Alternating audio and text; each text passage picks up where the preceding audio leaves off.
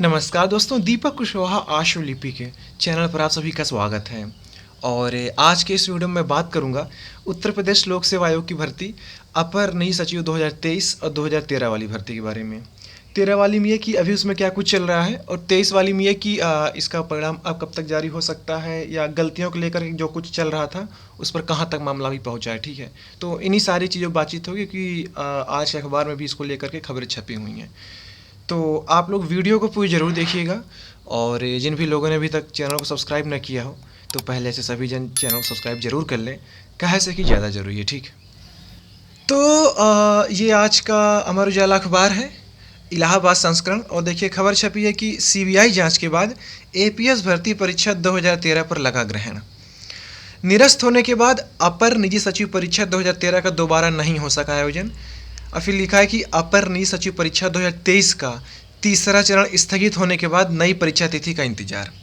ठीक, सबसे पहले हम लोग बात कर लेते हैं अपनी वाली भर्ती, अपर निजी सचिव 2023 वाली भर्ती के बारे में कि उसमें क्या कुछ चल रहा है, कब तक परिणाम और गलतियों को लेकर क्या कुछ स्थिति बनी हुई है।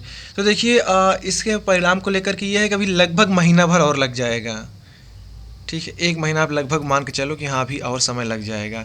और संशोधित परीक्षा कैलेंडर भी आने वाला है, तो उसमें आप ये मान के चलो कि हाँ परीक्षा तारीख रहेगी। जब ये कैलेंडर आएगा और वहाँ परीक्षा तारीख बाकायदा स्पष्ट रूप से लिखी रहेगी। अब मामला फंसा वही है गलतियों को लेकर के कि इन्होंने ये लिख के भेजा है आयोग ने शासन को कि नॉन मिस्टेक पे कोठ मिल नहीं रहे हैं, जो भी होगा 8-10 टू 5 टू, तो बस यही है। बाकी बचे क्या करें फिर, मतलब अध्याचन वापस भेज दें, खाली चली जाएगी पूरी भर्ती फिर उस हिसाब से। तो इन्होंने 20 गलतियों तक की अनुमति मांगी है शासन से, अभी तक अनुमति नहीं मिली है। अब नहीं मिली का मतलब ईमेल इनको नहीं आया है, फिर मनाई कोई वहाँ से नहीं लेकर आया कि हाँ लो अनुमति मिल गई, पकड़ो जारी करो। तो इसी महीने तक मतलब कि मामला निपट जाएगा गलतियों को लेकर के, तो उसी के बाद आपका ये परिणाम आ जाएगा। ठीक है, और इतना मान चलो कि हाँ 5% तक गलतियाँ, फिर 20 गलतियों तक के आपके अंक कटेंगे, उसी के हिसाब से ये परिणाम जारी करेंगे। ठीक, फिर आपकी कंप्यूटर वाली परीक्षा हो जाएगी। तो इंतजार करिए, इसी महीने सब कुछ हो जाएगा और 1 महीने में आपका ये परिणाम भी जारी कर देंगे।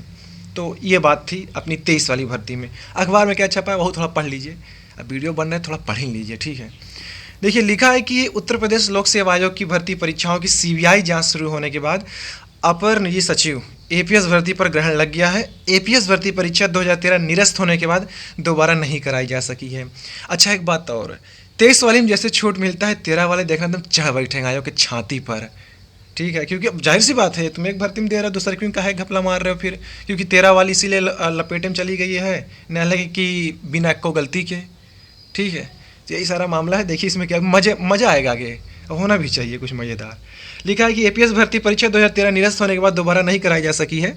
एपीएस पर भर्ती 2023 के तृतीय चरण की परीक्षा निरस्त होने के बाद इसको दोबारा नहीं किया गया है। कंप्यूटर परीक्षा की नई तिथि नहीं घोषित की गई अभी तक। दरअसल एपीएस भर्ती को लेकर विवाद वर्ष 2010 के विज्ञापन को लेकर शुरू हुआ, और सीबीआई ने भी इसी भर्ती में धांधली के आरोप लगाते हुए मुकदमा दर्ज किया था।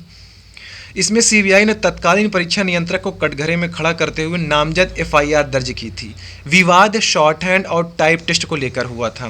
विज्ञापन में प्रावधान किया गया था कि शॉर्ट हैंड और टाइप टेस्ट में 5% तक की गलती पर छूट दी जाएगी, और पर्याप्त संख्या में अभ्यर्थी न मिलने की स्थिति में विशेषाधिकार के तहत अतिरिक्त 3% गलती पर भी छूट दी जाएगी। ये जो विशेषाधिकार है ना, ये श्री माननीय आयोग का है। ये विज्ञापन में तो 5% तक की गलतियों का उल्लेख था, लेकिन आयोग को 3% गलतियों पे छूट देने की और विशेष इजाज़त थी। ठीक है, फिर लिखा है कि सीबीआई ने जांच में पाया कि पर्याप्त संख्या में अभ्यर्थी मिलने के बावजूद भी कुछ अतिरिक्त 3% गलती पर छूट देकर कुछ अभ्यर्थियों को गलत तरीके से लाभ पहुंचाया गया। अब यानी कि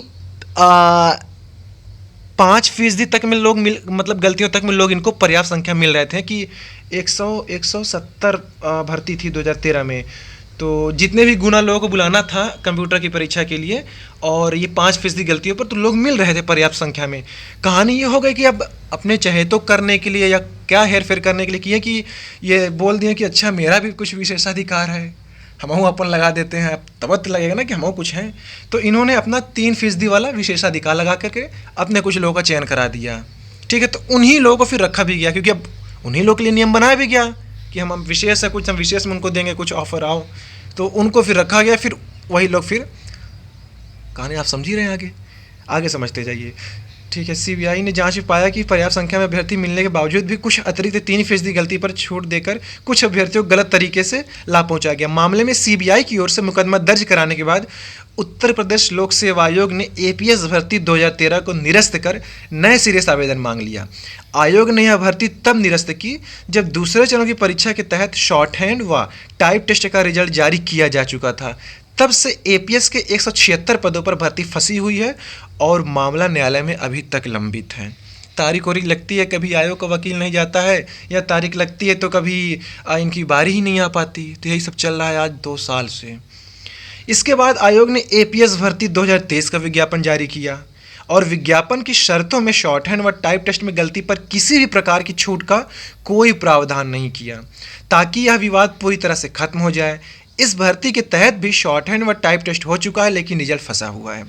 एपीएस भर्ती 2023 के तीसरे चरण की कंप्यूटर ज्ञान परीक्षा 13 जुलाई को प्रस्तावित थी, लेकिन आयोग ने परीक्षा स्थगित कर दी और बताया कि द्वितीय चरण की परीक्षा संबंधित कार्रवाई प्रक्रियाधीन होने के कारण तृतीय चरण की परीक्षा स्थगित की जाती है।